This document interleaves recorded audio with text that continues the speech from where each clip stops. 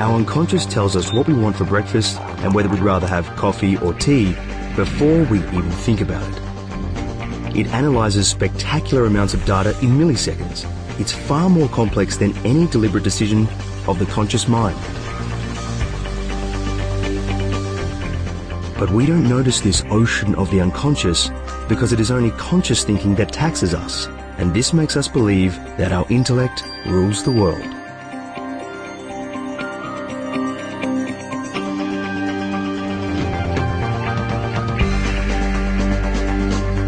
Devouring fruits and yogurt on the go is not a problem for our unconscious circuitry, nor is the intricacies of driving.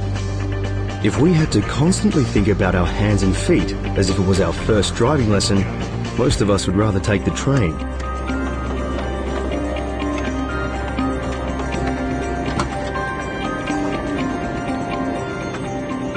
Did you know that accidents with cyclists happen less frequently in cities with lots of cyclists? The more often we are confronted with them, the better our autopilot can deal with them. With new dangers, in contrast, our heads switch over to reasoning. That makes us much more flexible, but also much slower. Interestingly, we always live in the past, as everything we consciously perceive has already passed by at least a third of a second. This delay of consciousness has huge consequences, especially regarding our reaction time in road traffic. Interestingly, we do not consciously perceive this delay. We do not experience the work of our unconscious mind. We believe we experience it immediately.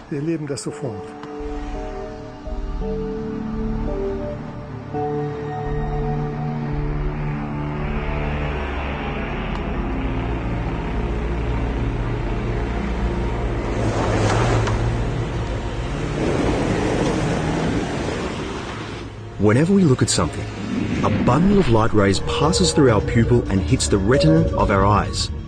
The new data is encrypted into millions of nerve impulses that race along the optic nerve. 50 milliseconds later, they hit the nerve cells in the thalamus, the gatekeeper of our consciousness. In an emergency, the thalamus transmits the image not just to the visual cortex at the back of our heads, but simultaneously to the amygdala, the panic button in our heads.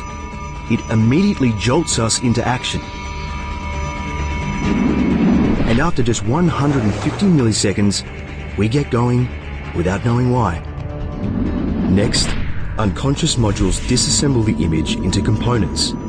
Special neurons analyze colors, outlines, contrasts, and send their results through the databases of our experiences.